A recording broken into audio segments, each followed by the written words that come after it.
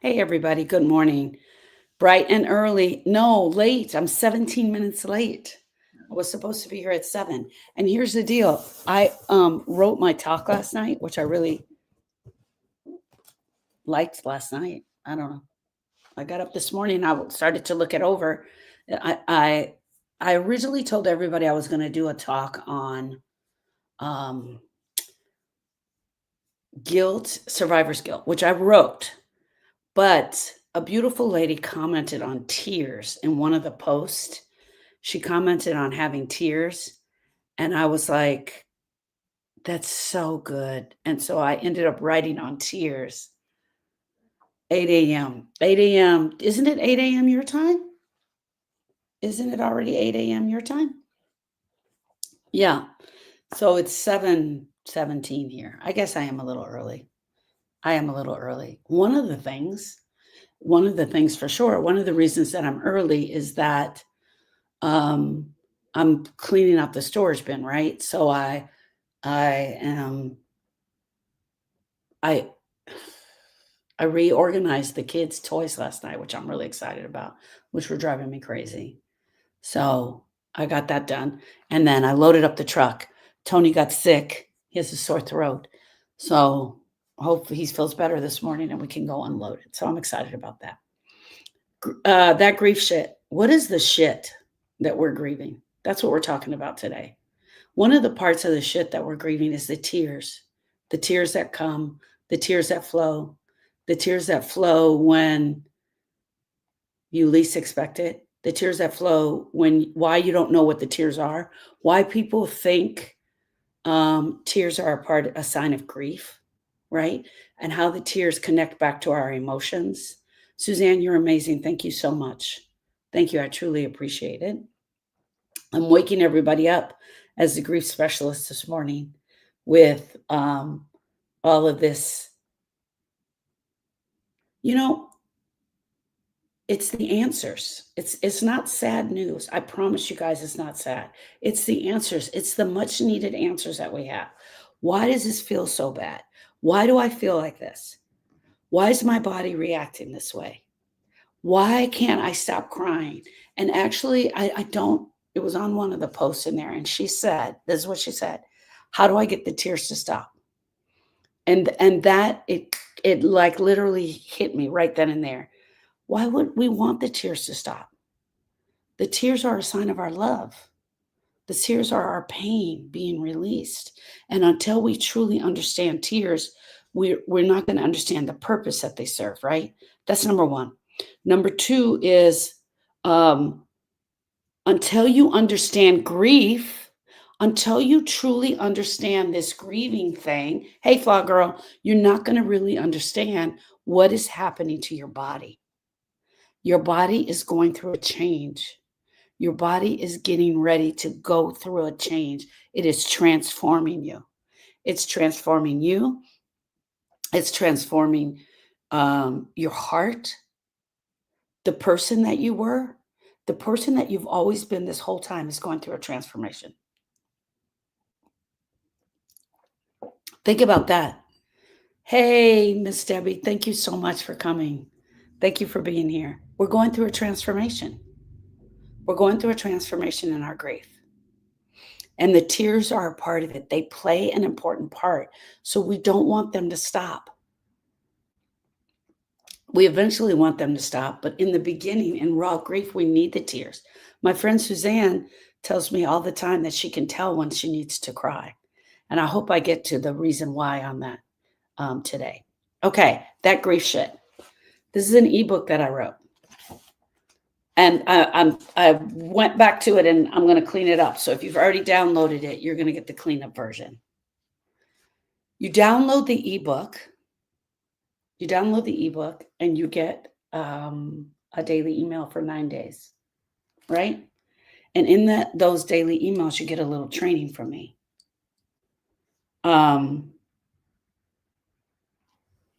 This is Miss Suzanne loves this.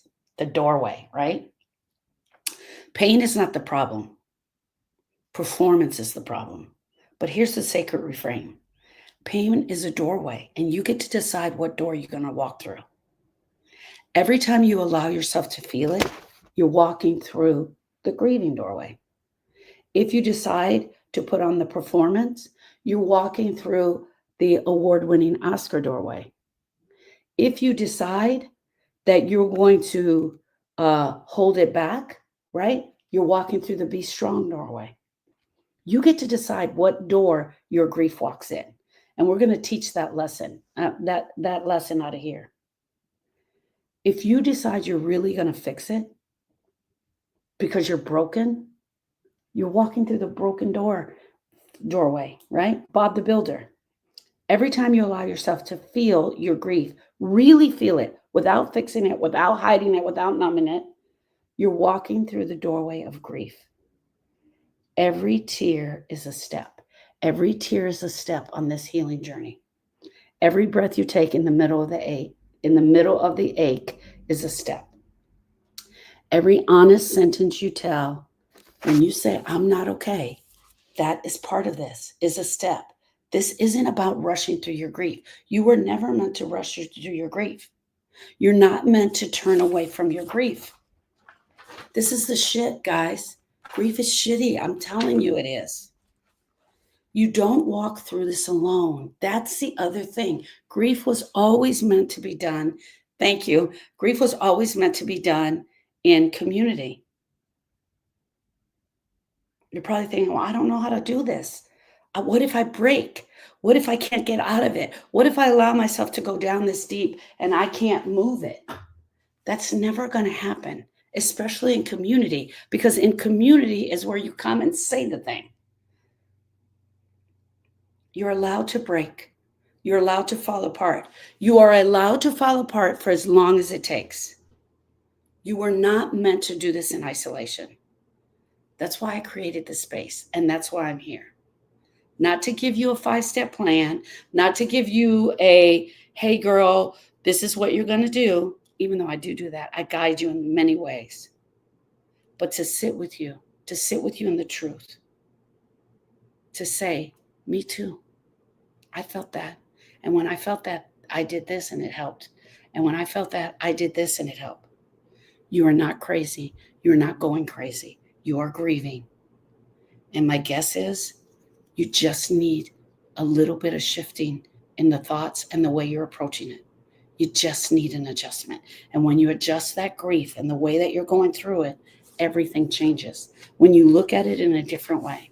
Friends, when I tell you that when Austin died, this is what I needed, I'm what I needed, grieve that shit is what I needed, that's what I needed. But you know what I got? I got a lot of platitudes. And you're so strong. And when I tell you guys I jumped into that you're so strong thing, it was unbelievable. Okay, here's the deal. Oh, I didn't put the link in. I need to put the link in. I'm going to put the link in the chat. Oh, what a goofball. Okay, click here for hope. That's the link. If you're on TikTok, you click my picture and then you click my picture. You click my picture, and then you click the link that says click here for hope. And that, my friends, is where you'll find this ebook. And if you haven't downloaded it yet, get to it. This is a great ebook. Clickhereforhope.com.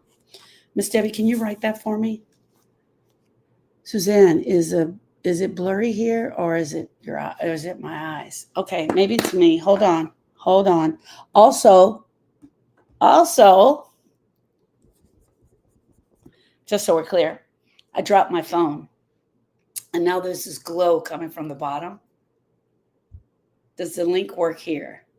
No, it won't work there, but it'll let everybody know. So it's clickhereforhope.com. And then they'll know where to go if they want to see it. Thank you. Hey, EK. So I dropped my phone, so it has this like glow coming from the morning. Did that help? And I need to go get my phone cover replaced.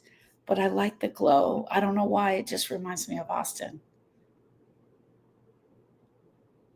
That's a weird name. All right, guys, let's get into it. We're talking about tears. Yesterday on one of the posts on Facebook, there was a woman who said, and I think her name was Kathy. I responded to her.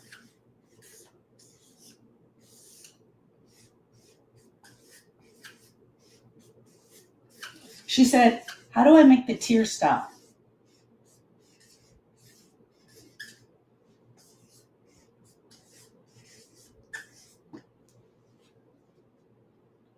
And I said, don't make the tears stop. The tears are the best asset you have in this grieving thing. Think about that, you guys. Your tears are the best asset that you have. But we don't realize that because we don't realize what purpose the tears serve. Listen.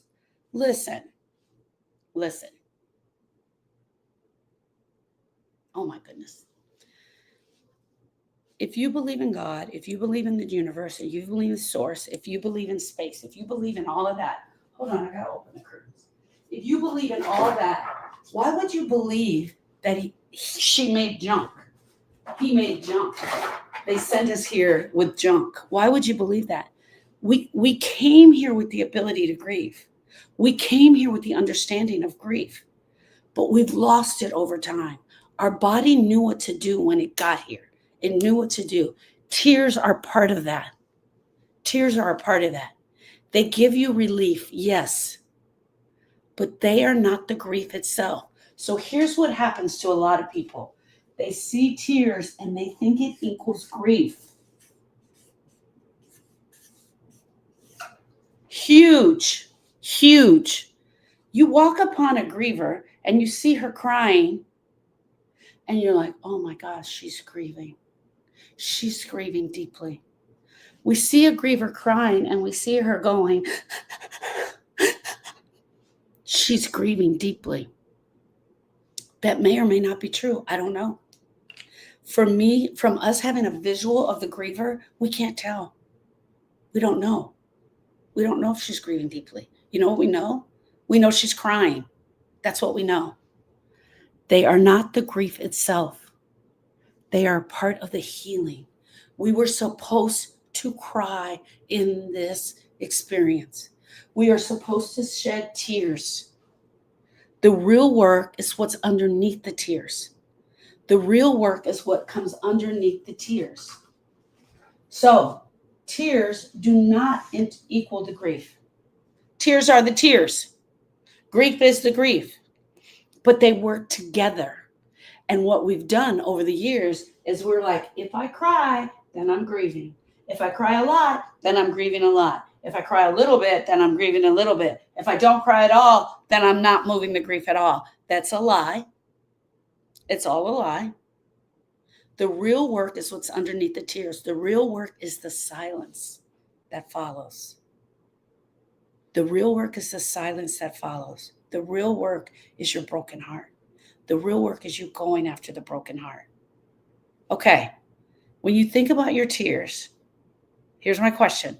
When you think about your tears, do you see them as grief or do you see them as overflow?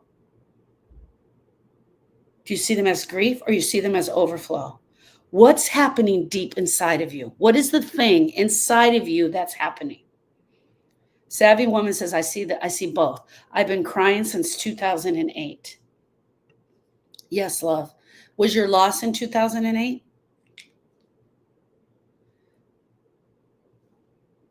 UNA Flowy says, I love that name.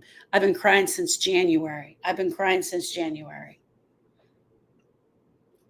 I see them as cleansing. Yes. I see them as a sort of an allowing and a release of the pressure. Because the question is, what's deep down inside of you that's trying to get out? What is deep down inside of you that's trying to get out? Go back to when your loss first happened. Did you cry immediately? When you got the call, when you got the knock on your door, did you cry immediately? When you got the call, when you found out, did you cry immediately? When Brittany called me and she said, I lost Austin, I'm telling you right now, I didn't cry. I got in the car. I drove to my parents' house. I wasn't crying. I got to my dad's house. I see my dad sitting at the table. I got there. We started talking. I didn't cry. 3 hours later, we found Erica. An hour and a half later, we found Erica. 3 hours after that, we found out he had drowned. I didn't cry. I didn't cry. There were no tears. At first, think about it, you guys. There's no tears. And the reason there's no tears is because you do this. Now, is that for everybody? No, that was me. Some people cry right away. Some people scream. Some people howl.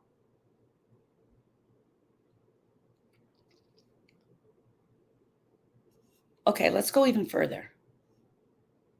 Tears are tied to the emotions. Vicky says she cried immediately. Suzanne said exactly, numb and in shock. So that's what happened to me. I went numb and in shock. Tears do not equal grief. They don't equal grief, you guys. They are part of grief. They are part of grief and emotions.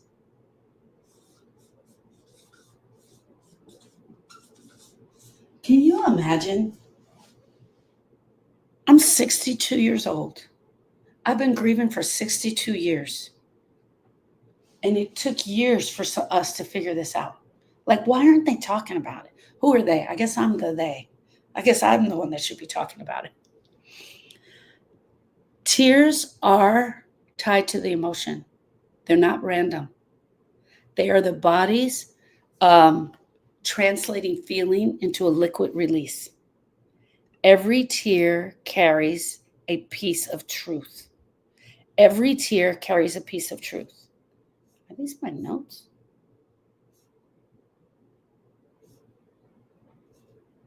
Oh, I checked on my notes. Every tear carries a piece of truth.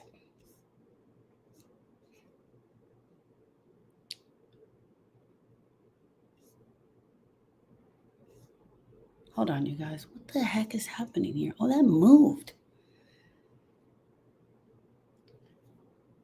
They're the overflow. They're the overflow of your love. They're the overflow of your pain. They're the overflow of the thing that needs to get out. They're the thing that needs to be said. They're the thing that needs to get out. Your brain is spinning on the business of grief. When I tell you that I didn't cry right away, it's because I had to go to my parents. I had to make a call. I had to find Erica. Look, I didn't even let myself think about he possibly drowned, right? So all of this was going on. Calling my sister,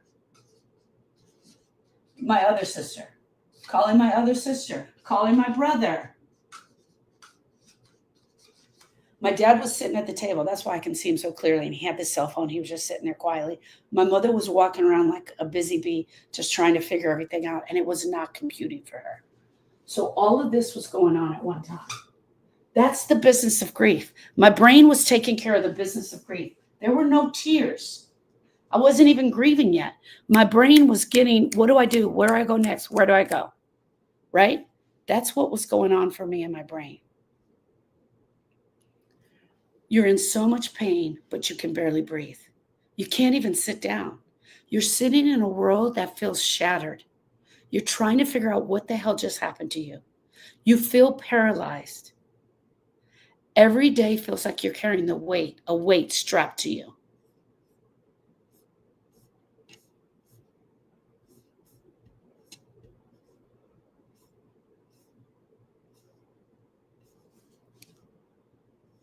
My notes keep changing here. Okay. Every day feels like a weight strapped to your chest. And some days the tears come so hard and you feel like they're never going to stop. Hey, Rosa, you feel like they're never going to stop. Other days, you don't cry at all. There are days where you cry all the time. Here's the other thing. 3 hours after Austin drowned, 3 hours after the first phone call, we found out that Austin had drowned. 3 hours after the initial phone call from Brittany, I found out that my nephew, Austin Tyler, had drowned at the lake. He was 10 years old. I'm here to tell you something. I didn't cry. I didn't cry then either. I didn't cry right then and there. I didn't. because my brain was still doing business, grief business. It started to do the grief business. My biggest concern was her. Is she okay? What does she need? What am I doing? This part, this grief business that was all going on, was all about me being strong. I'm trying to remember, you guys. The next morning, we went home. The people that were at the lake were still at the lake. They weren't home yet. I talked to my brother-in-law, Lewis. I said, can I go to the funeral home?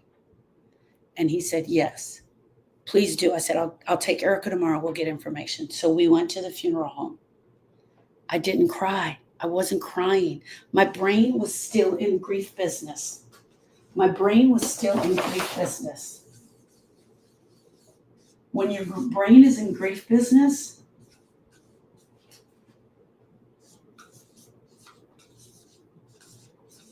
you're more of a be strong. You're in the intellect of the grief. In the beginning, you're in the intellectual grief. This is not for everybody, because let me tell you, when we got to the funeral home, she started crying. That's Erica. Erica was crying. And then I pulled up the be strong. Look at what was happening, you guys. I stayed here and there were no tears here. That was a Sunday. That was a Sunday, right? That was Father's Day. That was Father's Day. The people from the trip came home, and that's when I think the first tears started to fall for me. Tears are not your grief. Tears are the overflow. They are what spills out when the ache in your chest gets too heavy to contain. Did you hear what I just said? Tears are not the grief. Tears are the overflow. They are what spills out when the ache in your chest gets too heavy. They spill out when the ache gets too heavy.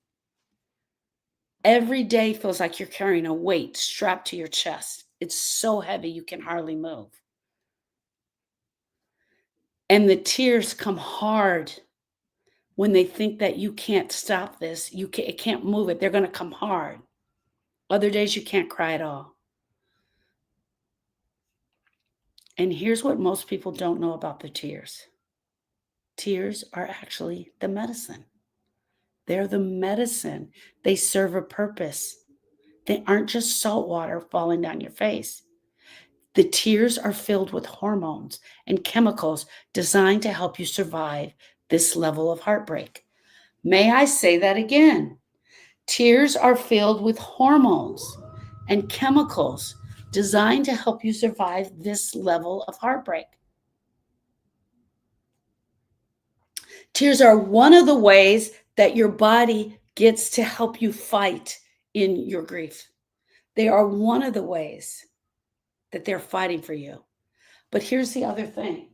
So tears are the fight.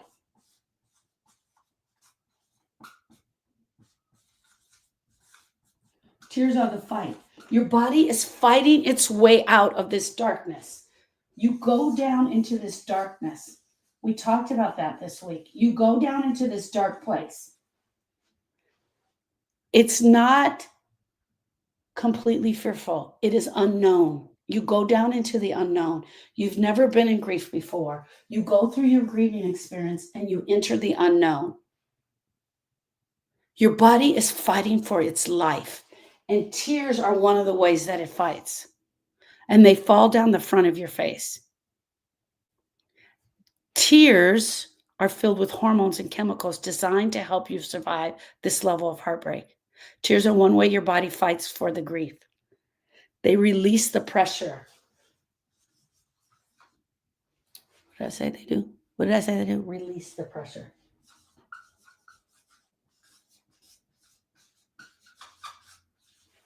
They help you with the fight. They release the pressure. What is the pressure? The pressure is the emotions that are showing up inside of you.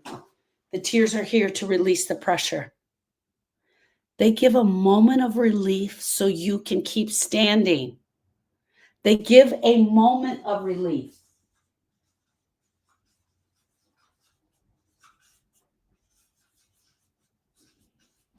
Okay, I'm going to stop right there for a second. If you've met me, If you've come on to a meeting with me at all, if you've come here and you've talked to me, one question I always ask, when was the last time you cried? Did that make you cry? Did tears come? I'm not asking that question because I think that that's grief. I'm not asking that question because I think oh, she's totally grieving. Let me find out if she's crying. You know why I'm asking that question? Because I want to know if you, the griever, are allowing this to happen. Are you allowing the tears to do what they're supposed to do? Or are you holding it back? It is a sign to me. It is a sign to me of whether you're allowing the grief or you're resisting the grief. That's the only reason I'm asking that. It's the only reason I'm asking that. I might ask the question, when was the last time you did the ugly cry? I might ask you, when was the last time you did the ugly cry? Let me tell you about the ugly cry. A lot of times people do the ugly cry with me. You're crying. Your gut feels the ugly cry. It's coming from here. A lot of that is involved. Snot is running down your nose. The ugly cry. You want it to stop, but you just can't get it to stop. When was the last time you did the ugly cry? That tells me how deep into this you're allowing your heart to go. How deep are you allowing your heart to go? Friends, stop trying to control your grief. Stop trying to hold back the tears. Who are you that thinks that you don't have tears, that you're not supposed to have tears? Who are you that you think you're not supposed to have this grief? The grief is stronger than you, my friends. The grief is stronger than you, and it's trying to get out, but not us. We're going to keep it in. Okay. So we have this grief that needs to be moved from right here, but instead of moving this right here, we allow it to go down here. And right when the tears come, you cut it off. Nope. You cut it off. You don't let it come out. That's holding back your grief. So the grief business is when you're in the brain. Tears equal the fight. It's the fight of you trying to get out of here. It's the release of the pressure. It's where you release the pressure of the pain. And it is a moment of relief. And here's the other thing. That's the tears. That's the grief tears. You can go through an entire grieving experience and not shed one tear. You can go through an entire grieving experience and not shed one tear. I'm going to get into that. When you cry, your body is doing something miraculous. Inside of those tears are chemicals that regulate the stress. The tears regulate the stress. I said they were the fight. Your tears are doing something miraculous. Think about that. Oh my gosh. This is a system that totally works for you. Inside the tears are chemicals that regulate stress. They soothe your nervous system and they even comfort you. One of those is, Debbie said, well, then I should be stress-free. Okay. This is your nervous system that is controlling the grief, right? Your heart is broken. Your heart's broken. The tears are coming out the front of your face.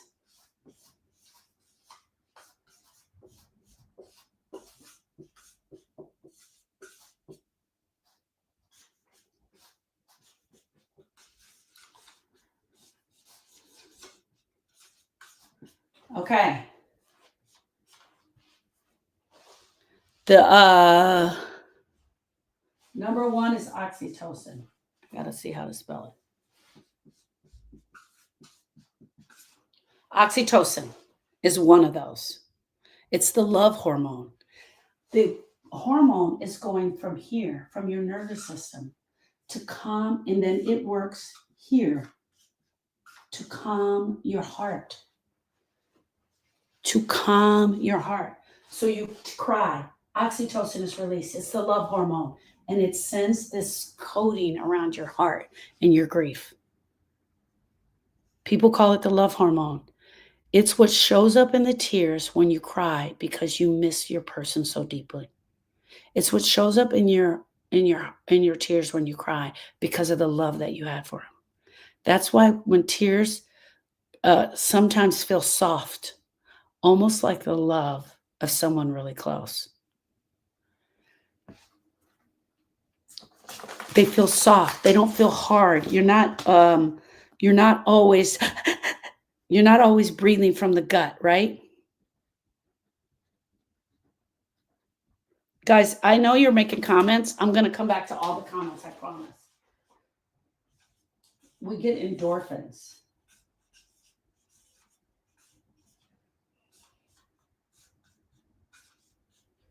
The endorphins come from the nervous system.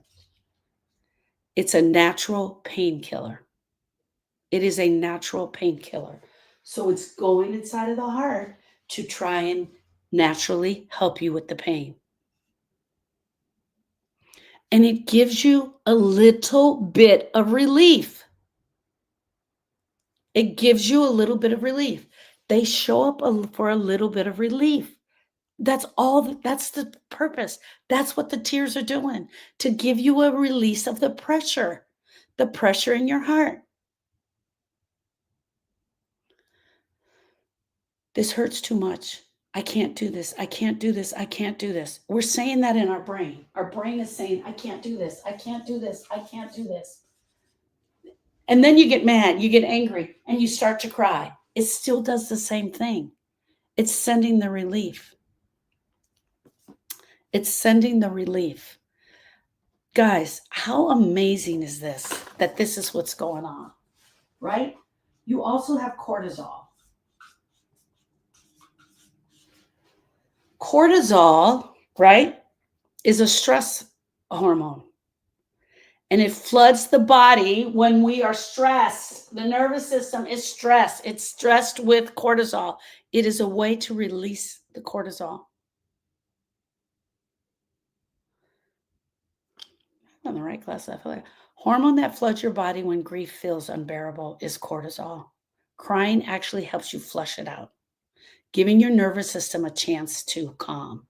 It gives your nervous system a chance to calm. There are also other hormones like prolactin, ACTH. Both are tied to stress response. Prolactin is being released, right? So when someone tells you crying doesn't solve anything, they're wrong. It helps you. EK says her cortisol was through the roof for a while. It lowers your stress. It calms the system. It makes it possible for you to breathe. Friends, stop fighting back the tears. The tears serve a purpose. Stop asking me how to stop the tears.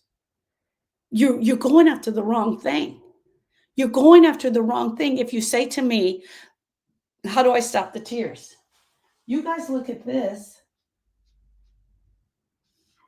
and you're like, Sharon, how do I stop the tears? You're in the wrong area. You're in the wrong area. Your question should be, how do I stop this heartbreak? You want to stop the tears, but they're serving a purpose. What you need to be asking me is, how do I go after this broken heart? Tears alone won't heal you. Tears alone serve a purpose. They take the edge off, yes. They give you release, yes, but they are not the grief itself. They are not the healing. The real work is what's underneath the tears. The real work is what's in your heart. The real work is the silence that follows. The real work is what is in your broken heart. What is in your broken heart? What is breaking so bad that you cannot figure it out? Why are you staying stuck here? Why are you telling me I've been crying since January? I've been crying since 2008. Because your heart is still broken. And you haven't done the work here. You've been doing the work here. This work was never meant to be done on your brain. And this world as a whole does all the work on the brain. And as long as you stay in intellectual grief, as long as you stay in your brain, you will suffer. 100% if, ands, and buts, there are none. That's what happens. Okay, here's my question. When you think about your tears, do they seem as grief to you or do they seem as overflow? What's happening deeper inside of you? That's my question. What is happening deeper inside of you when you cry? My broken heart is from an upcoming divorce. So, Miss Tracy, yes, we can grieve a divorce. There are 47 or more known losses that we can grieve. Divorce is one of them. Also, you're doing this. You're going between your brain and your heart, your brain, your heart, your brain, your heart. And you have to be in a divorce. And let me tell you why. Because you have to make business decisions that are going to affect the rest of your life. And when you're doing business of the divorce, I want you up here in your brain. When you're planning the funeral, my friends, we're up here in our brain. When you're deciding what casket to pick up, you're up here in your brain. When you're deciding if you're going to sell the house in the divorce, you're up here in the brain. But when you go, after you go to the lawyer's office, after you go to the funeral home and you come down back home and you sit on the bed and the tears start to flow, you've got to be in the heart because all of this is happening to your heart. It's happening to your body. It's happening to your nervous system. Oh, look, I didn't give you guys any arrows here. And you allowed me to do that. Look at what you did. Okay.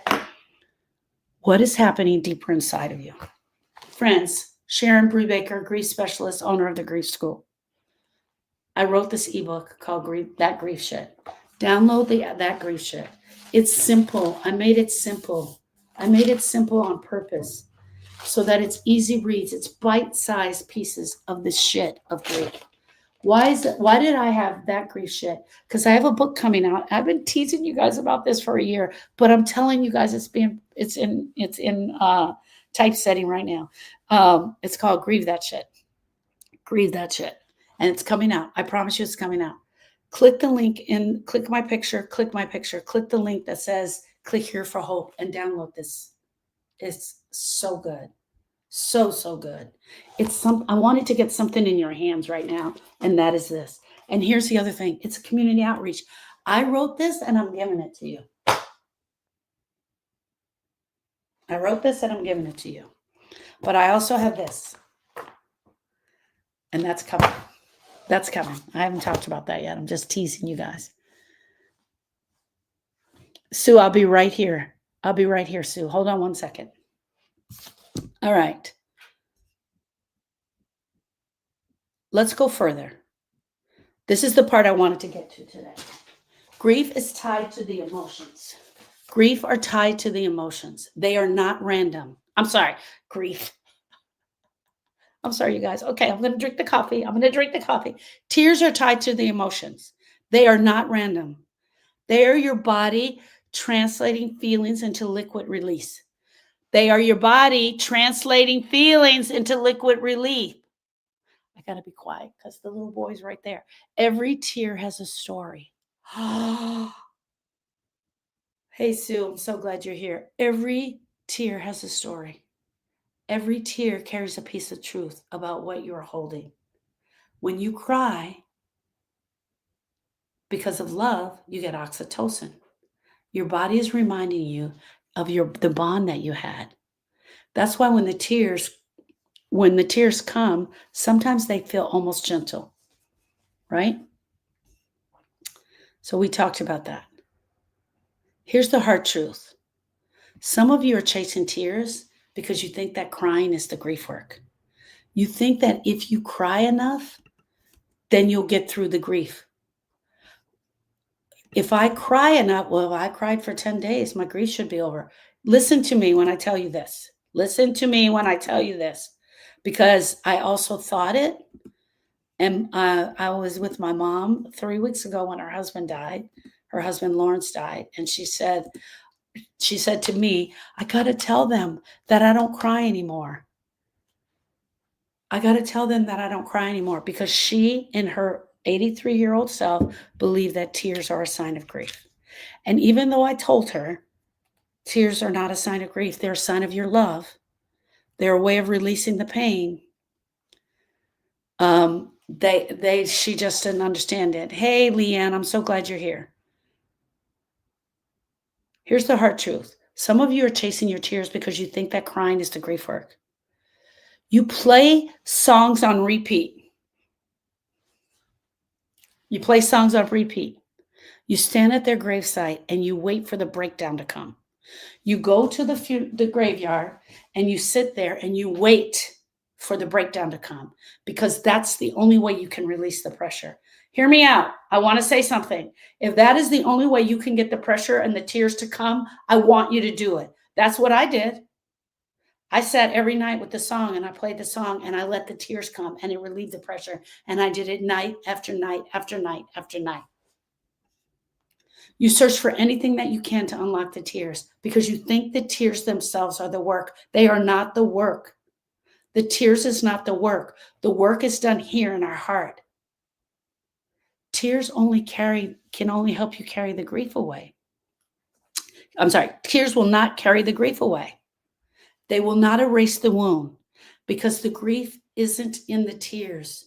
It's in the silence. It's in your broken heart. It's in the things nobody is saying. It's in the things that you can't say. It's in the things you never got to say. Hear me out. The things you never got to say to your person, the things you still want to say to your person, how mad you are about the grief, how broken you are about the grief. Hey, Miss Keisha, it's in the empty chair. It's in the way people are responding to you. It's in the way you're responding to your own damn grief. It's in the dreams you're having about your person. That's the grief. Everything that's going on in here, in your heart, that's the grief. The tears are coming from the nervous system. What about the bed that nobody else is sleeping in? What about you going on that side of the bed? What about you not being able to go back to the bed because you just can't sleep in there? Have any of you ever thought about that? I'm telling you guys, this is the part you don't want to hear. But some of you cry and you think you're really doing something. You think you're really moving the grief. You're moving the emotions and you're moving the energy. And that brings a temporary relief. And every time, and I want you doing that. I want you getting that temporary relief. Nettie says, I want another bedroom. Yeah, Nettie, I hear you. It brings a temporary relief so that you can work on the grief. Let me show you this. Let me show you this. I'm going to tell you guys from my own story. Every morning, I would wake up and I would go into the shower. That's the door into the bathroom. I don't want you guys seeing what's really going on in there. All right? I would go into the shower every morning. And I would take this broken heart with me. And this is when Austin died. I would take this broken heart with me and I would go into the bathroom and I would go take a shower. And I would cry like none other. I would cry the ugly cry while I was in the shower. I only did it in the shower. I only cried the ugly cry in the shower because I didn't want my kids to see. Nope. Didn't want my husband to see. Nope. I didn't want Erica to see. And honestly, the tears were coming kind of from both. They were coming from the emotions, but they were also coming from the exhaustion. You guys, it was coming from the exhaustion. I was so tired of trying to be strong for all of these people. The reason I was only crying in the shower is because I thought my job was to be strong. I thought my job was to carry them. So every time I came out around them, I was doing this. I will tell you this, I did let Sharon in a little bit because I can distinctly remember having conversations with her on my phone. I was in the bathroom and I would call her and I'd be crying and we would talk. And as soon as I turned off that knob for the shower, I put it on off, the tears would dry up. The minute I did like this and I turned that off, I knew I had to turn the tears off because I didn't want anybody seeing it. I didn't want to expose this to anybody. I definitely wasn't going to share my grief with them. So I would turn that knob off and I would turn the tears off. And I would have just the amount of relief that I needed for the day. I would have just the amount of relief. So here's the deal. Here's the grief. Here's the grief. And I was getting off that much relief because I wasn't allowing myself to drop into the heart. Tears also help you drop into the emotions. They help you drop into the emotions of the grief. I was getting a little speck of temporary relief. I wasn't naming the emotion. I wasn't saying what the emotion was. I wasn't saying what the grief was, which is also part of the tears. They bring temporary relief so you think you're working on the grief. So I felt like I was moving something. But grief work is not measured by how many tears you cry. Real grief work is what happens when your tears dry and you're left with that ache and the tears don't readily come anymore. That's when you got to get into the heart. Real work is naming the emotion. That's what I just said to you. I wasn't naming the emotion. Real work is facing the silence and the pain. Grief work is being brave enough to stop the tears and start looking at what the hell is really in your heart. Okay, question. Have you been chasing tears instead of facing the pain underneath? If you're chasing the tears, then you're all right here, friends. You're not looking at this. Are you in the tears? Are you measuring your grief by tears? Are you measuring your grief by how much you cry? Are you measuring grief by how often you cry? Because if you're there, I'm telling you right now, you are not in the grief. You're not in the grief work yet. And that's what I want to talk about today.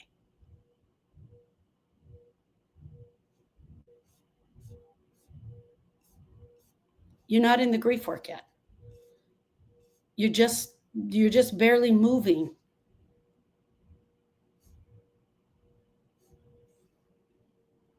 So many emotions, I'm not sure if there's just one. There's never just one, Leah.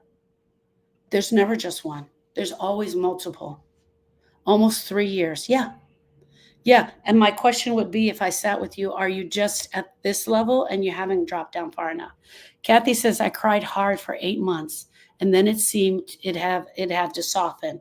Now it's a couple times a day. It's like an overflow. I imagine Tom catching my tears. Oh, beautiful, my love. Absolutely beautiful. Tom is her son.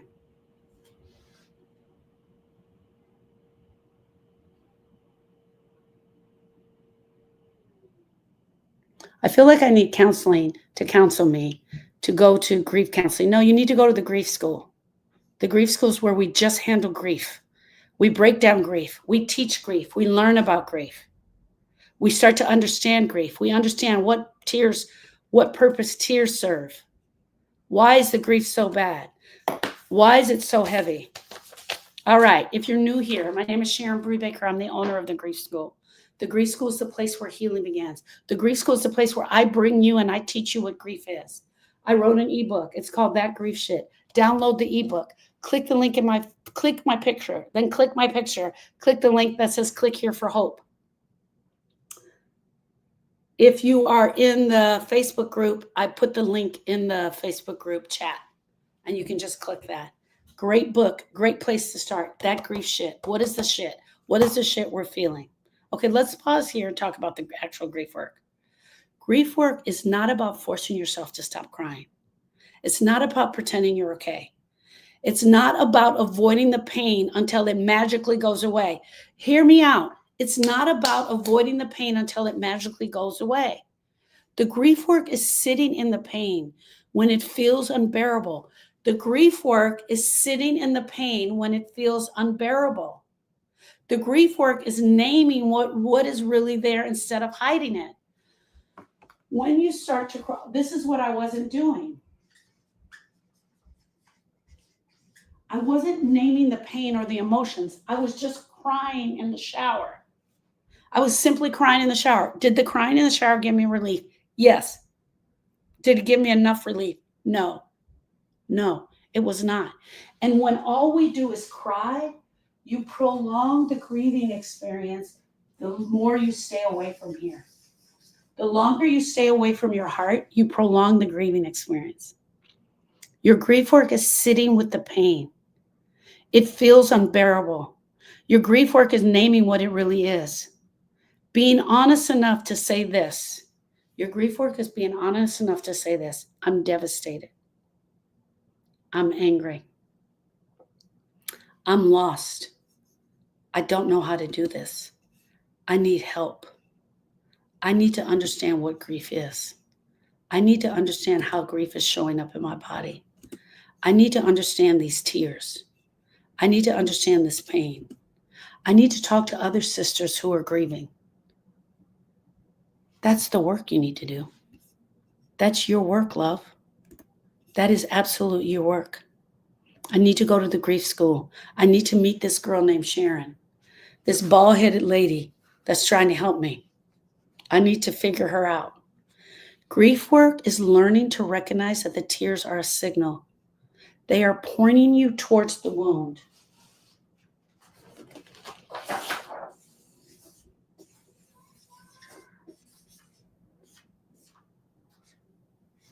guess I can make this like a tear, right? Can I make a teardrop?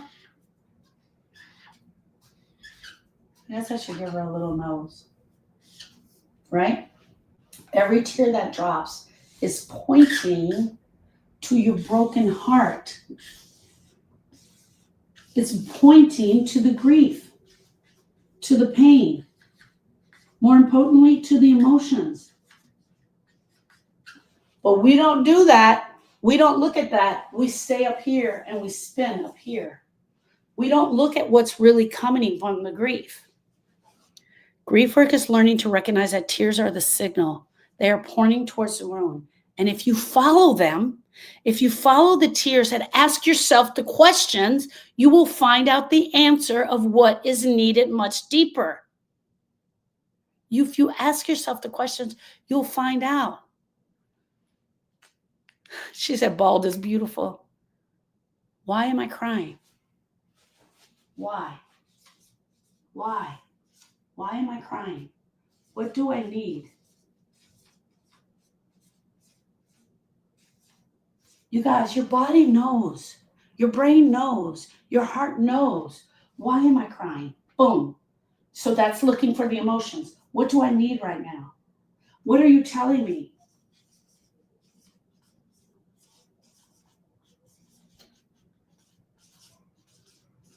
Ask yourself the question when you start crying and you don't know.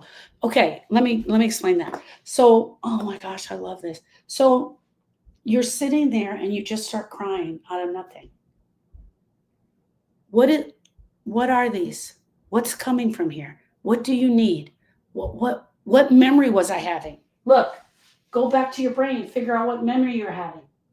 Figure out the memory you're having and what emotion is that leading you to. The tears are leading you to something. You've got to figure out that something. You can't just cry and cry and cry. Look, I'm never going to see Austin again. That's a thought, right? So I have a thought. I'm never going to see Austin again. And then I start crying because I'm never going to see Austin again. That's me in my brain. That's me in my brain. That's me in my thought. I'm never going to see Austin again. But what emotion is that bringing up?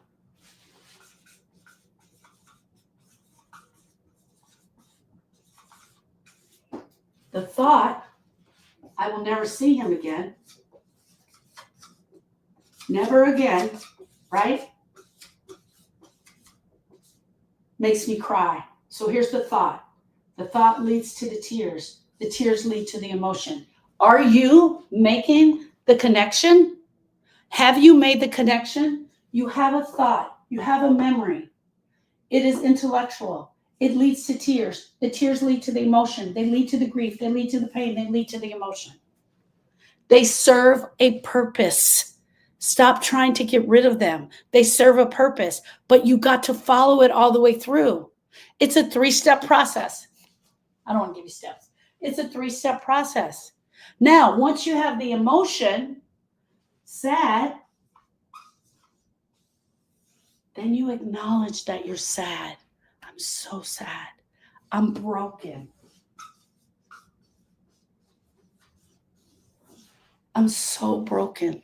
I can't do this, is a thought. It'll start again. Once you acknowledge these emotions, that's where you sit in them. You grab the sad and you just sit in the sad. You just sit in the sad for 1 minute. I'm only asking you for 1 minute because we know for a fact most people can't sit in the sad that long. It will start to spin around and then it will blow off. And what did you do? What did you do when you let it spin around and blow off? You release pressure. It's called processing grief. It's called processing the pain of grief.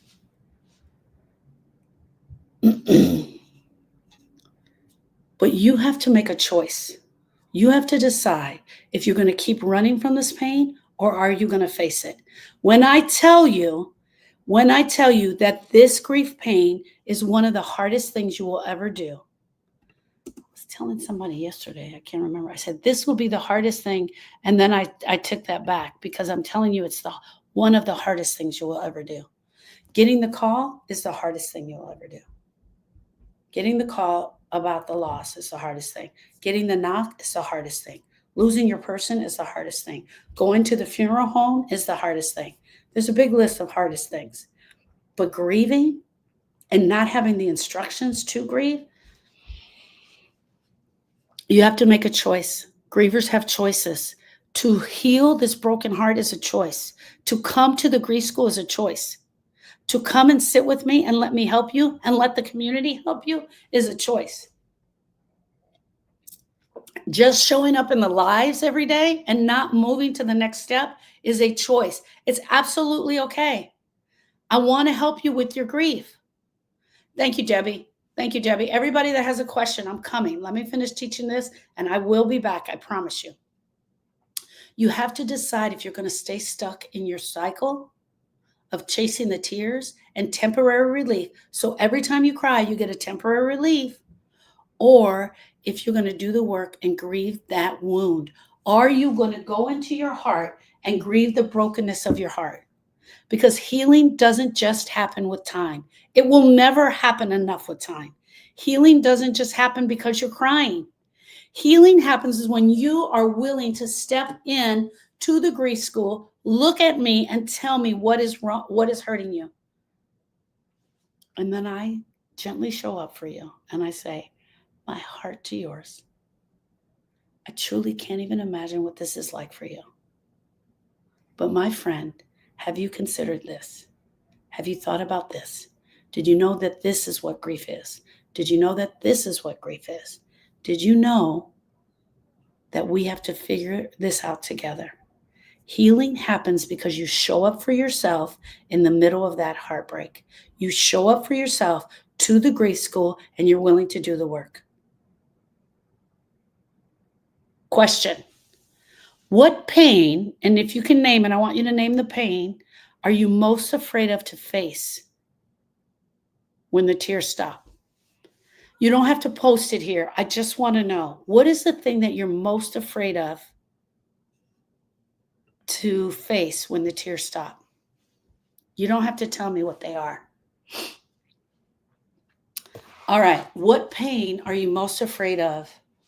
What pain are you most afraid of? I don't know that there was a pain for me that I was most afraid of. What I do know is that I didn't know. I didn't know what I didn't know. I didn't know how to do this. I thought that every time I was crying that I was doing it. So then I took it in by myself, guys. I started doing this thing by myself. I would wait till everyone go to sleep and I would sit on the couch and I would go to the song and I would search the song and I would cry. I thought that was grieving.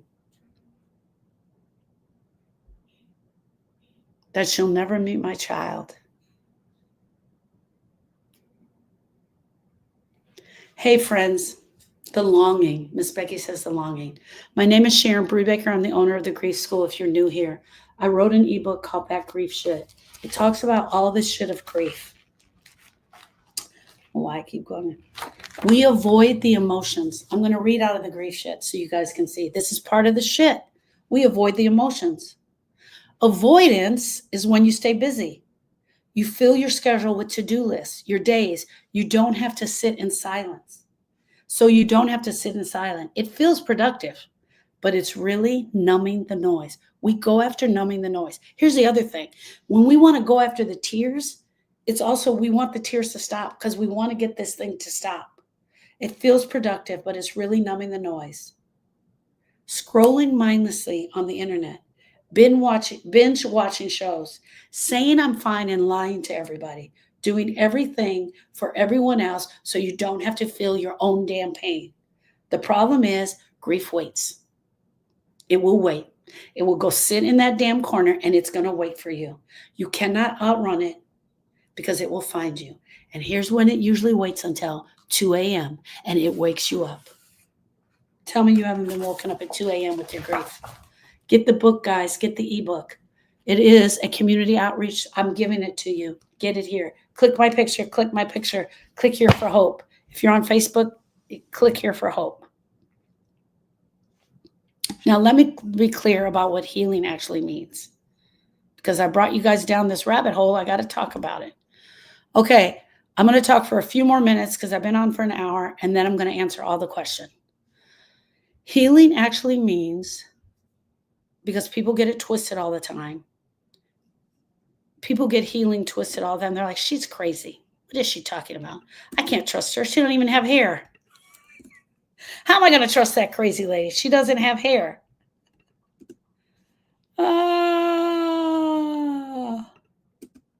Okay. It doesn't mean forgetting. It doesn't mean just moving on. It doesn't mean you just move on. It doesn't mean you stop missing them. You don't stop missing them. You will miss them, but the intensity of the missing them starts to shift and it gets a little less. You remember them forever. Healing means you lean in and you carry your person in your heart without drowning in the weight of the loss. Healing means you let yourself face the wound so you can finally begin to complete what has been left incomplete in your life. Healing means you complete your grief story. You complete the grief story of your relationship with that person right there. I had a grief story about me and Austin. I have a story about Austin and I. But when Austin died, it became my grief story. And the healing meant I went after my grief story with just me and Austin, that just pertained to me and Austin, and I completed every part that was incomplete. Healing means you let yourself face the wound. It's not passive. It doesn't happen just because time passes. It happens because you cried 1,000 tears. It happens because you cried 1,000,000 tears. Healing is a choice, my friend. Healing is the work. Healing is showing up for you. So I have a question for you. Hey girl, are you coming? Are you coming here? Are you coming to the grief school so that I can help you? I'm here. I'm ready. I'm willing. I'm able. I have the information. I have the information to give you. I know what the hell I'm talking about. You can sit on the other side. You can, I promise you. But it's not going to change.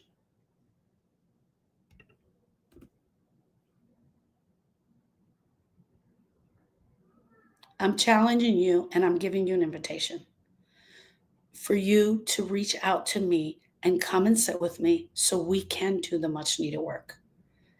The tears are a part of the emotion. We've got to connect them together.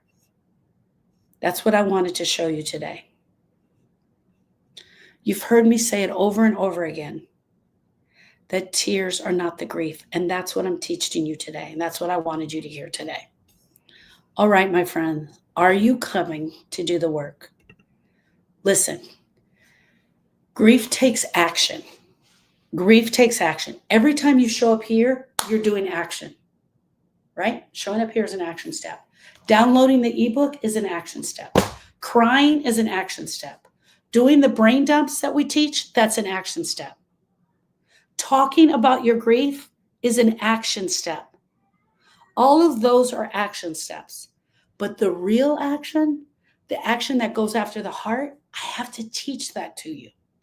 I can't just teach it here. Sorry, it's just not going to work that way.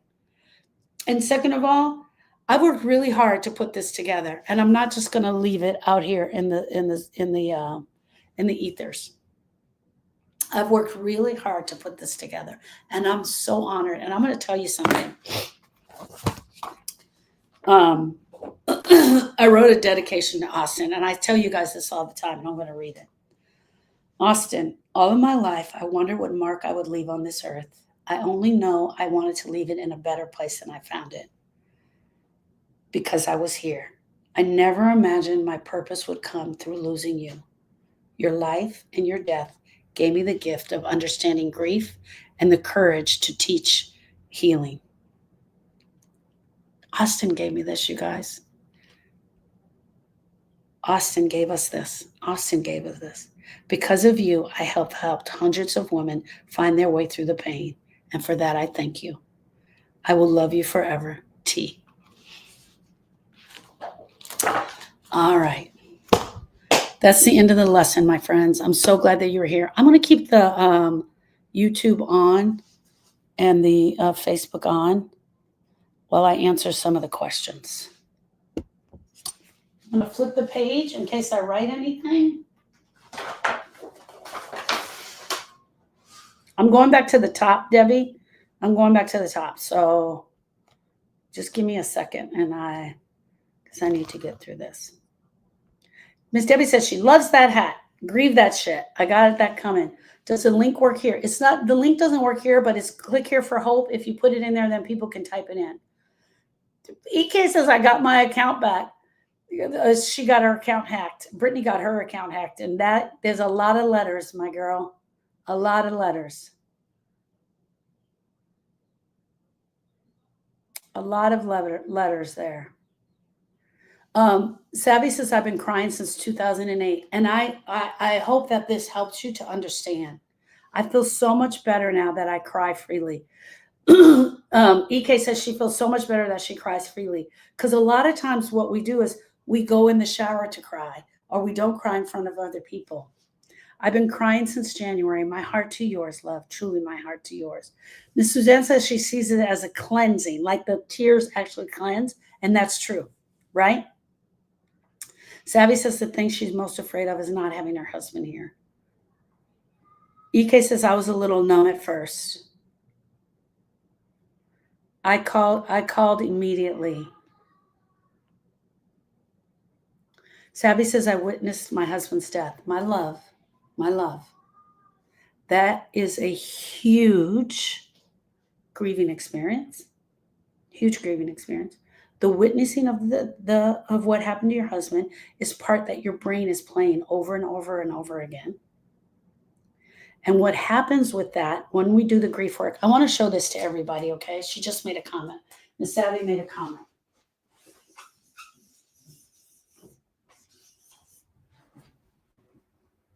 I wasn't there the day Austin died, but Brittany was there. And your brain will replay that situation over and over again. It will replay it over and over again. It replays what happened over and over again.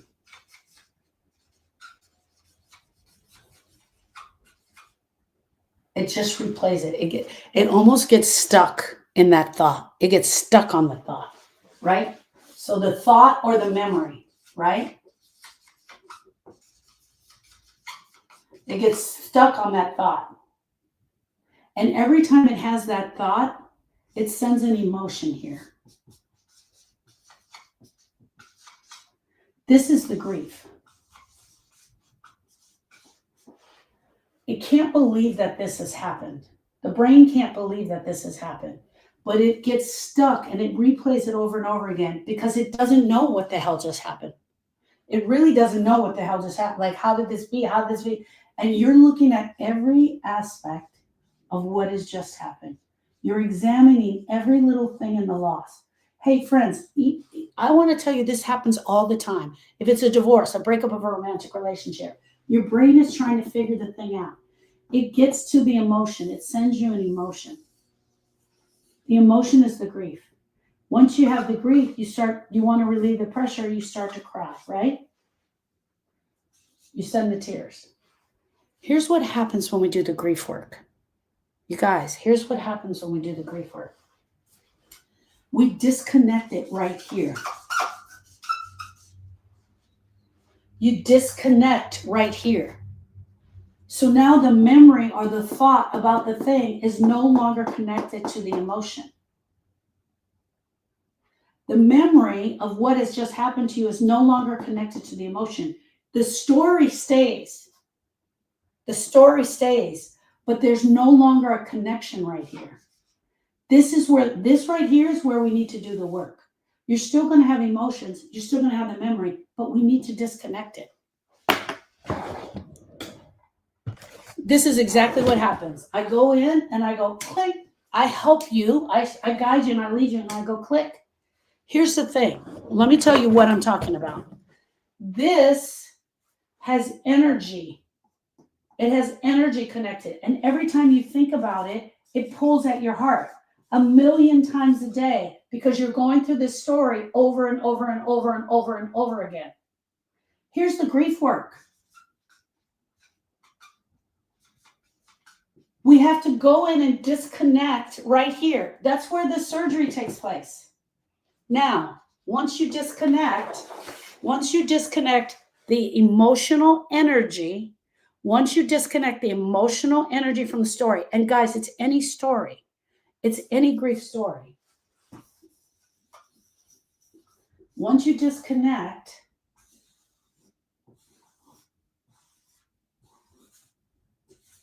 the story still plays.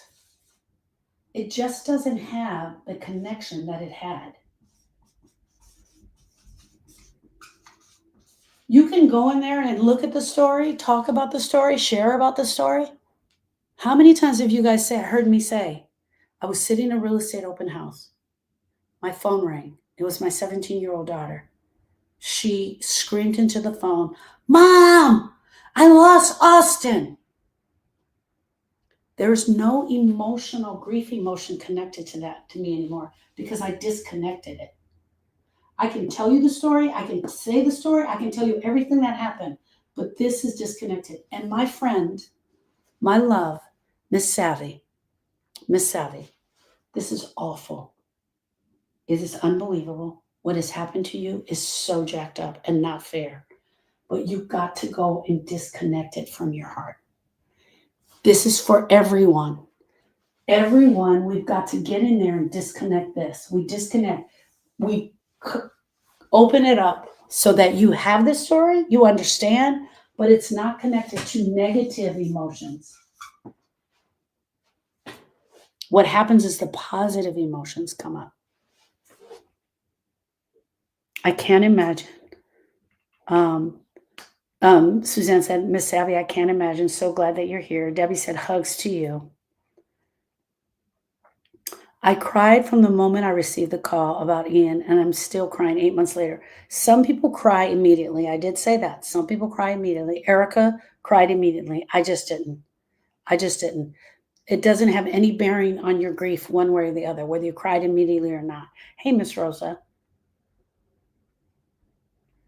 Your brain detaches from the emotions, and that's what I just described. And that was way back then. These aren't time marked. The ache right now is horrible. Flagro, it's time for you to start getting in and doing some of the work. 8 months, it's time for you to do some of the work. EK says, I built a fortress around my heart for years. No crying. Now I cry at the drop of a hat. One of the reasons, EK, that great comment. One of the reasons we cry at a drop of a hat is because we have all of the other grief events that we never managed or took care of, and they all have strings that are still connected, right? And so most times when you guys come to me, it looks like this. And a lot of times when you come to me, you're like, oh, I need to grieve Tina. My dog, I need to grieve my dog, Tina. And Tina's all the way down here. You came in and I'm like, what about this? Girl, we need to take a look at this. Here's the other thing. All of this makes kindling. It makes kindling. And the kindling just simmers in there. It just simmers in there. The kindling just simmers. And every time something happens, every time a memory drops down, it lights that fire. That's what's happening. I built a fortress around my heart. So she's saying she built a fortress around her heart. Yeah, you just took this and you locked it in place.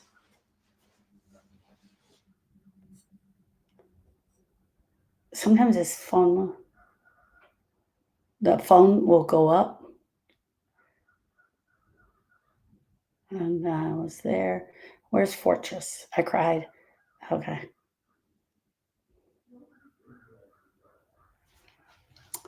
Suzanne says, I actually welcome a good cry. Yes, Miss Suzanne, I do too. I do also. I welcome good cries. I love good cries. Um,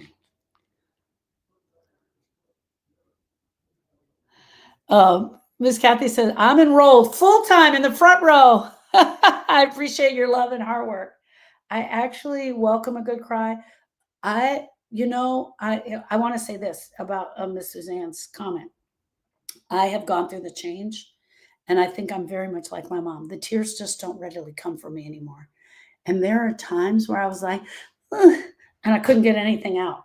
Now, could I make it? Yes. But I just try to find the emotion and sit in the emotion. I'm okay that the tears don't come, right?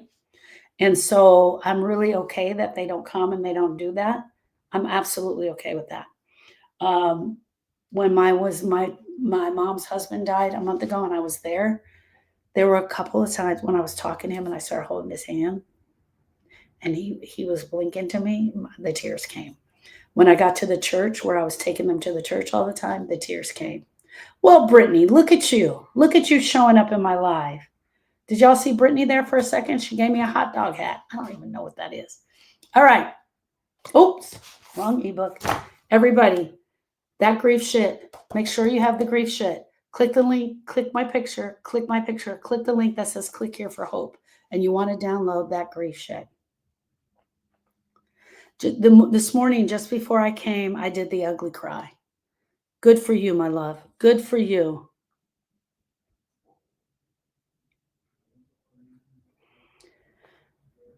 Miss Debbie said, "You think I'd be stress free by now?" No, because your brain is still working full time. Your brain is still working full time. And have you gone in and looked at all of this? Have we gotten all of this out? Very good question. Very good question. What could still be fueling the grief? Flaw girl, you got a lot of this going on. And in that says something. There's a tag that says Ian. It says, Ian, my love. My heart to yours. Truly my heart to yours. Hey, Bella Red, so glad you're here. My cortisol was through the roof for a while.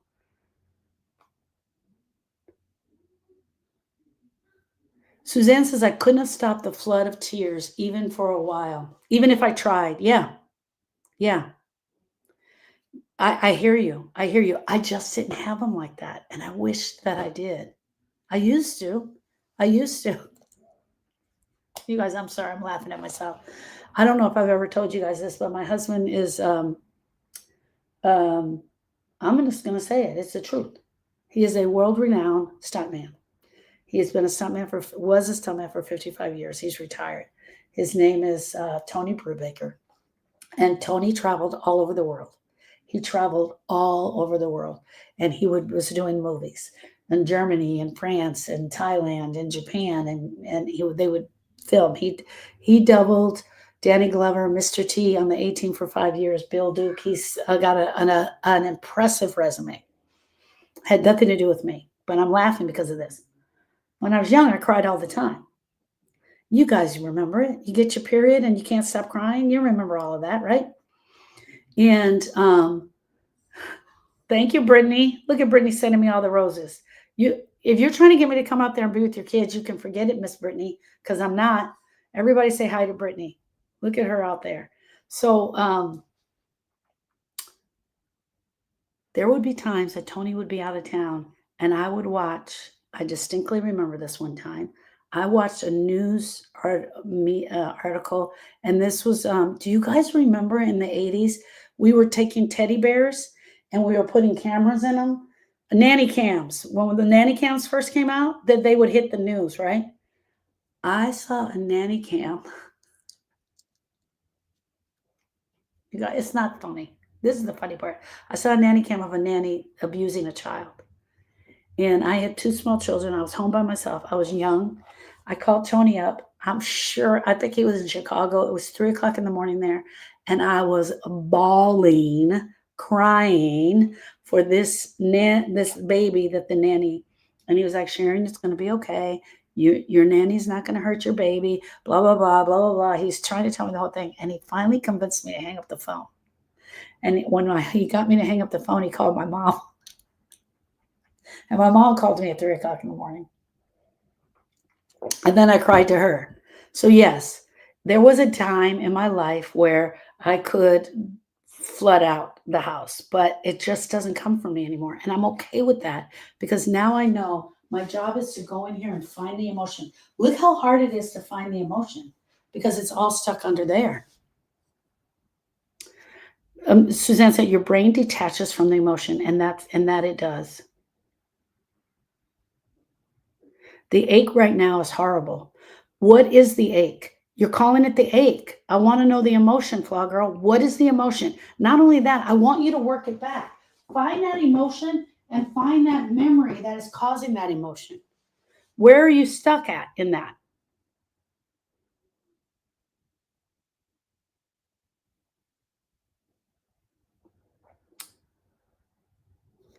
My cortisol was through the roof, EK says. My blood pressure is high since then. My blood pressure. Are you relieving enough of the pressure, my love? Grief is going to make your pressure high. It's absolutely going to make your pressure high. And it's a couple of things, right? We're not taking care of ourselves. We're not doing our grief care. We're not doing our grief care and taking care of our body. Right? Are you eating too much salt? I'm not a doctor, but it's like, what are you doing? Are you eating all the junk? Are you trying to get away from the pain? Because we can eat our way ourselves from the pain instead of crying it out. So there's that too. So stay in with your doctor. Make sure you're doing what they tell you. Drink water. Do the walking. There was something so healing for me once I allowed myself to be a witness crying too. The other thing is, and EK, you guys have all heard me say this, you also have to be the witness of your own grief. You have to be the witness to your own grief. I'll do a class on that too. Okay. Sue says, Sue, I hope you're still here. She says, how do I go from anticipatory grief for my mom that has dementia? How do I go to anticipatory grief? I want to say this first, Miss Sue. Miss Sue, my mom has dementia. My mom has Alzheimer's. And I have the cutest story about her, but I want to tell you this. Number one, Sue, your mom is not dead. Your mom is not gone. So your number one job is to still love up on her. I don't know your relationship with her, so I'm going to assume that it's good. Your number one job is to still love up on her. That's number one. Number two, you get to grieve in real time. You get to grieve in real time. Miss Debbie and I had a conversation, and she really encouraged me to do this with my mom. And the real time grieving is telling her the things that are important. Thank you, Mom. And hear me out. Even if your mom is still at the point that she's not recognizing you, I still want you having the conversation. When we have the conversation with someone who is still here, we are grieving in real time. Mom, I love you. Thank you for being my mom. Thank you for being on this journey with me. Thank you for picking me. You were always the sweetest person. Mom, I hated that dress you made for me and for prom. And I'm sorry that I cried that day when you messed up my hair. Whatever. You got it. You can grieve in real time. Number one, your mother is still here. That's number one. That's the most important. So they say anticipatory grief, but what they really are talking about in anticipatory grief is that we can grab this diagnosis and we can hang on to it, or we can still share love with her. You can write a note and give it to her, put it in her pocket. Let's say your mom's is in a home. You grab a little piece of paper and you write a love note to her and you put it in her pocket. Grieving in real time. I want to say also, I want to share you guys this. This is my story. This is my story. My mother, her name is Loretta, and my mother was diagnosed, I think it's been 2 years ago. She just was like forgetting names and dates, right? She was just forgetting names and dates. And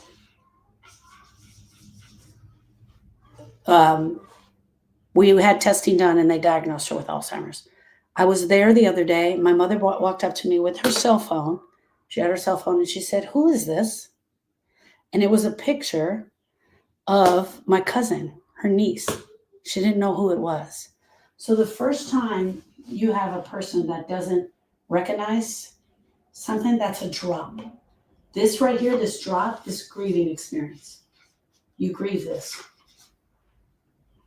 I'm with my mom for a month, and I was telling her stories about my dad. She told me she didn't remember them.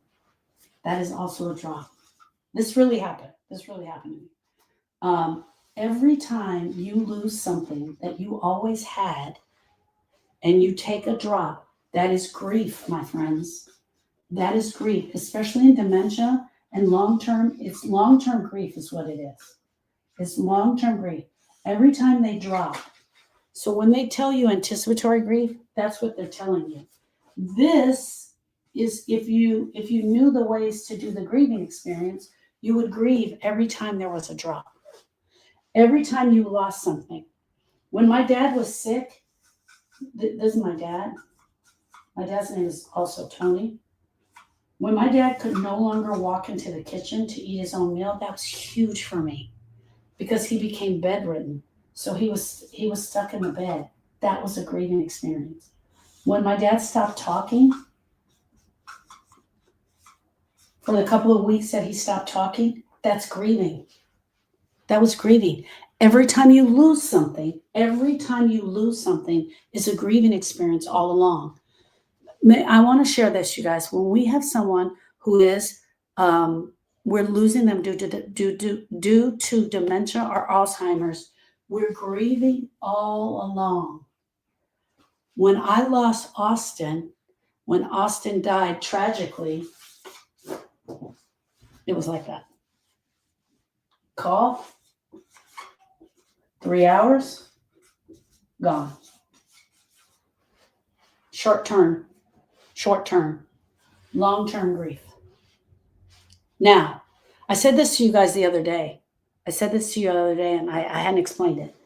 A short-term griever can get stuck in long-term grief.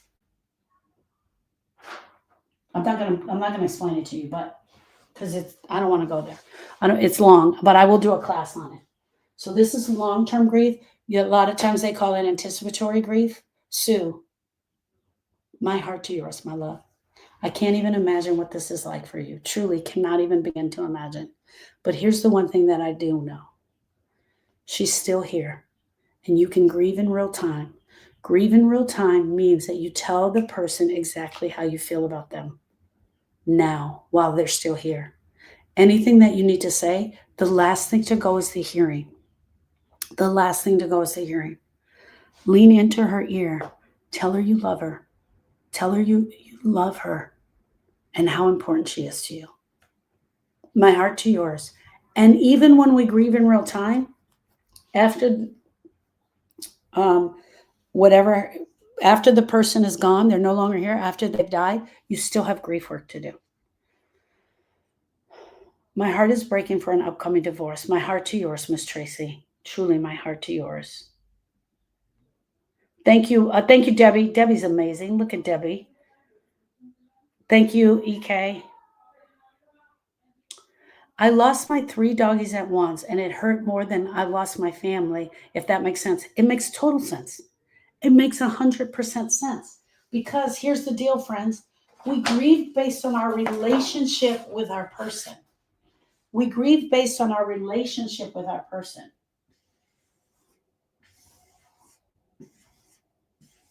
I had lost my dad.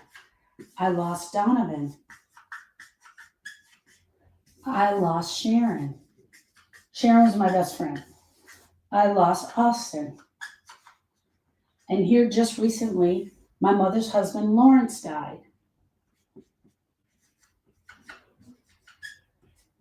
Right? My mother's husband, I didn't have the relationship with him that I had with Sharon. I've known Lawrence my entire life. He was a family friend my entire life. I don't have a memory in my life without Lawrence in it. His wife, he and his wife were friends with my mom and my dad. My entire life, Lawrence has been in there. But until recently, I never had an intimate conversation with him. He wasn't my friend. He wasn't my Sharon. He wasn't Austin. He wasn't my dad. Right? So we grieve based on our relationship with the person. So you little doggies took up big spots in your heart. Whereas your mailman, Bob, might only take up that much spot. You feel sad, right? Here's the other thing we need to be careful of. Sometimes these become so big and we make some of the big ones small because they are so painful. So that's some of the things we work out in the grief school. And Miss Cynthia, 100%, you can grieve anyone living or deceased, and you can grieve your fur babies. And do not let anyone talk you out of that. And do not let them take that from you. If it were only easy, Suzanne said, if it were only easy. Leanne says, this is my first time here. Thank you, Sharon. I'm so glad you're here, and I'm glad that wasn't right. And Miss Keisha was here. I need you. I'm so glad you're here, Miss Leanne. Miss Leanne, download the ebook. This is the ebook, That Grief Shit. You guys click on the link that says click here for hope, and you'll get it. Nettie says I need a new bedroom because I talked about what it was like to have to go to that marriage bed the night.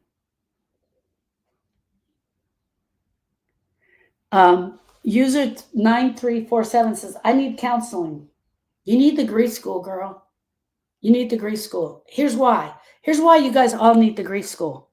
Here's why you need the grief school. Because the average person out there is telling us a lie about our grief. They're telling us to hold on. They're telling us to hold on and that all of this is going to be okay. And it's not. It is not. The grief school is amazing. I'm all of these things. I need to understand it all. Having community is so great, EK says. Bald is beautiful. Yeah, it is. What if you're not crying anymore, but I'm wishing I could see her again one more time? Leanne, Lisa Ann, it's okay if you're not crying. Tears are not a sign of grief. Tears are a release of the pressure. Tears are a release of the pressure. Tears are a way to move the energy, the negative energy. It's absolutely okay. You're crying. And you even said it right there. What if I'm not crying anymore, but I wish I could see her again? That wishing, that longing is a thought. I wish I could see her again is a thought. And every time you say that thought, it comes up with an emotion. And that emotion is the grief. Vicky says, sure is.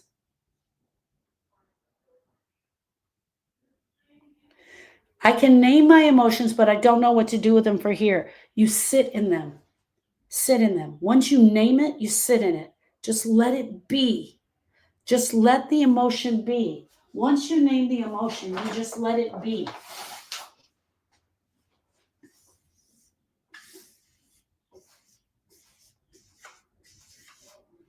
I want you to spin in that emotion for 1 minute.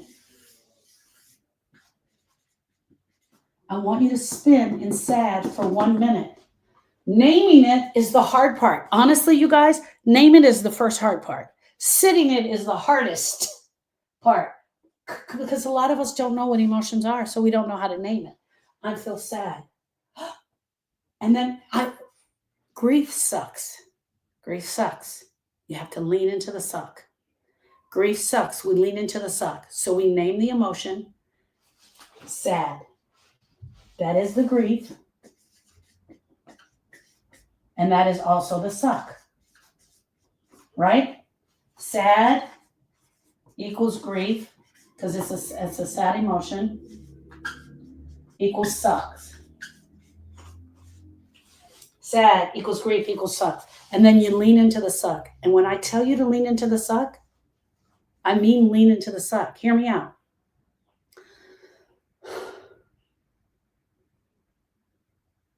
Look what I did. I put my hand on my heart and I lean just a little bit forward, because if we lean into it, we can get that 1 minute out of it. When we lean into the suck, we're leaning into it. We're saying, brain, I hear you. I understand you. Heart, I feel you. And you lean into the suck. And it's a physical action. It is actually putting your hand and leaning forward. Okay. Because if we don't lean into the suck, thank you, Miss Debbie. If we don't lean into the suck, we push back. We push back against the suck. We push back. So we have memory, then we feel sad. We name sad. We're like, oh, that's sad. You're never going to get the grief to move if you do that. You lean into the suck. That's what you do, Sue. Becky said it's the best choice I've ever made. Sharon can 100% help you with that. Hi, Becky. Anger. That she'll never meet my child. That she'll never meet my child is a thought that's coming from your brain. And the fact that she will never meet your child, when you have the thought, she's never going to meet my child, she's never going to meet my child, is an emotion. Once you have the thought about the grief, you guys, this is huge. This is what this is part of what I put together in grief. This is 18 years of me putting together grieving. Once you have the thought, so I really don't want to discount it, because this is fucking huge. This is huge. I cracked the code on grieving. Well, I didn't. Austin did. Austin gave it to me. When you have the thought, she's never going to meet my child, it sends an emotion to your heart. That's the grief. These all work together.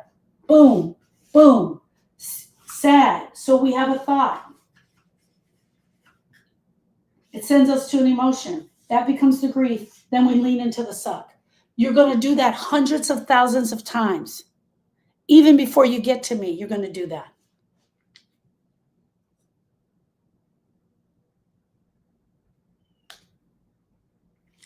Becky says the grief shit is really easy to read and it gives a lot of information. It's like the Cliff Notes.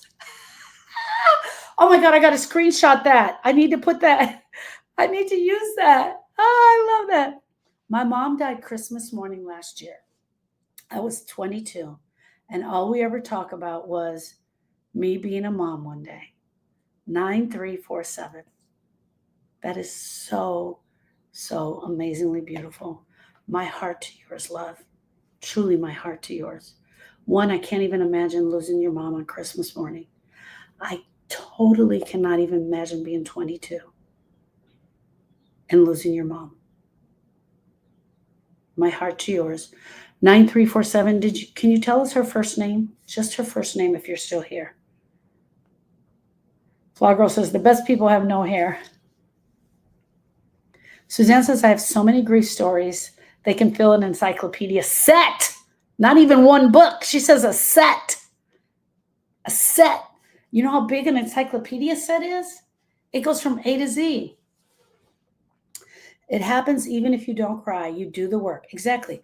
Even if you don't cry, you do the work. You do the work of grief whether you're crying or not. Yes, you do know what you're talking about. Thank you, Denise. Sharon talks about the shit. She knows what she's talking about. Thank you, Miss Debbie. My most important lesson learned was from Sharon. Grievers have choices. Powerful, and it changed my grief. Sharon, I'm so glad I found you. Love for Austin and Miss Sharon. Thank you, Rosa. I want to encourage you all. Sharon has truly helped me. Thank you. Thank you, Rebecca. Each one of these pools is another boulder in the backpack. Yeah, every time we cry a pool, it's a boulder in the backpack. She truly helps me make the pain feel less overwhelming. I love you guys. I really do. Good morning, everyone. Can we get this up to 20,000 likes? Oh, look at Brittany. Look at the twin mama coming out of nowhere. Hey, Debbie. Debbie said, hey, twin mama. Almost to 20K. Look, okay. I want to say something, you guys. I want to say something. And now that you guys are all here, I just want to say this. Apparently, I'm supposed to be doing this. Hey, get me to 20,000 likes. Get me to 20,000. Share my thing. I love it. I love that you guys did that. I really love that you did that. I really do. I just thank you.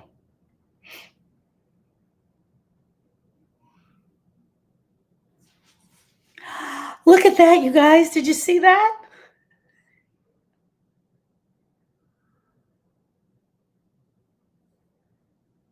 Okay, this is so helpful, Sue says. Okay, hold on, you guys. I lost my place again. I lost my place again. Good morning. I don't want to be in a world without my parents, but they aren't coming back. Ken's, I hope you're still here. I don't want to be in a world without my parents is a thought. They aren't coming back is a thought. Both of those are true. I'm assuming your parents have died. Both of those are true. I'm assuming from the way you said this. Both of them are true. And I don't want to live in a world without my dad in it. Definitely don't want to live in a world without Austin or Donovan or Sharon. And they are not coming back. But every time you think the thought, I don't want to live in a world without my parents, that's one thought. They aren't coming back, that's a second thought. And each time you think that, it's sending an emotion. That's the thought. I don't want to live in a world without my parents. That's intellectual, my love. And then it sends an emotion. And that's the grief. And you got to lean into that emotion. And you got to cry it out. Then you cry. We lean into the suck. And then we cry.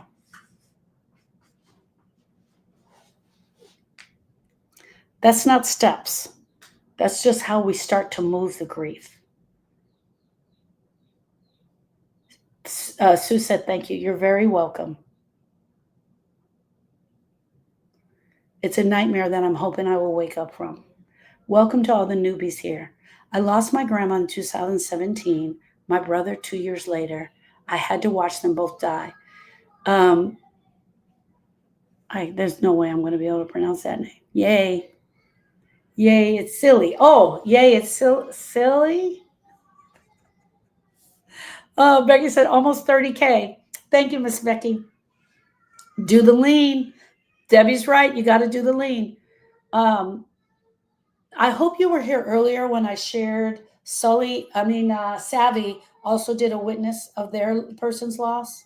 I shared what that memory meant to them. I hope you were here then. My heart to yours. Truly on grandma and brother. Can't even begin to imagine. I cannot even begin to imagine. My heart to yours. I will do the traumatic loss. I will teach a class on traumatic loss. And I'll do that next week. Okay. My husband wants a divorce. It feels like I'll never stop crying. I don't know how to let go. It feels like I will never stop crying is a thought. I feel like I will never let go. It is a thought. Both of those are thoughts about the divorce, my love. Those are thoughts. When you think the thought, it feels like I'll never stop crying, what emotion is showing up in your heart? That's where you're relieving the pressure. We're relieving the pressure from this. Is it true that you'll never stop crying? No. We have to tell the truth about ourselves, always, right? It's not, it feels like that. It feels like I'll never stop crying is a thought. But what actual feeling is showing up for you? Because that's the grief. I don't know how to let go. I don't know how to let go is also bringing another feeling for you. What emotion is showing up for you? That's how you relieve the pressure. And then you go after the work, my love. Then you go after the work. I agree, Sharon. Do you make my grief feel less overwhelming? Oh, Flaw Girl, I'm so glad you're there.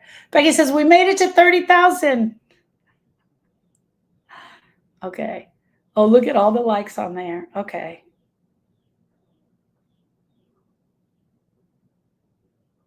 My husband wants a divorce. Okay, we got that one. Hey, I want you guys to understand something. I want you all to understand something. And then I got to get going. Oh, I was supposed to be gone already. There are 47 or more known losses that can cause grieving experiences in our heart. Death and divorce are the most popular. Losing your fur baby. And then there's these underlying secondary losses. Having to move, having to sell their car. All of those go under the loss. But we study out what all these losses are and how they attach to each other. So if you're here and you're going through a divorce, you're in the right place. If you're here, if you're going through a breakup of a romantic relationship, you're in the right place. If you're here and you just don't know how to move to the next step, you're in the right place. That's what this program is for. All right, guys, I got to get going because I'm going to be in a lot of trouble. I told him I would be out at 9. Sharon Brubaker here, owner of the Grief School. Are y'all coming? Are y'all coming to the Grief School to do some work? Are you coming to the Grief School? First thing I want you to do, this is what I want you to do, is I want you to download that grief shit. I want you to click the link in my bio, click on the picture, and then get the book. That grief shit comes with 9 emails with 3 to 5 minute little training sessions in it. I want you to download this. This week. If you haven't done so yet, I want you to follow me in the Facebook group called The Grief School. Follow me at The Grief School. In The Grief School, I'm going to post my schedule for this week, where you can find me this week. Where you can find me this week is going to be posted in the Grief School. Click the link and follow me at the Grief School. That's where I'm going to post my schedule. I'm going to be live Tuesday, Wednesday, Thursday, and Saturday next week. Tuesday, Wednesday, Thursday, Saturday. But I'm going to be setting it up a little different. I'm also going to be live on Monday night at 8 p.m. Monday night, 8 p.m. I'm going to post the schedule tomorrow so you guys can see it, okay? Where I'm going to be and what I'm doing. Here's the deal. I love you all. I am you. I'm a griever. I see you. And I'm so glad that you're here. I'm so, so glad that you're here. And I hope today gave you some information about grief and you got to learn. Please come back. Please come back. You're an amazing, amazing group of women. And I'm honored to sit at your feet and teach you about what grief really is. I am absolutely the person that I needed when Austin died. And I'm truly honored to be that person for you. Thank you, friends. I'll see you Monday night.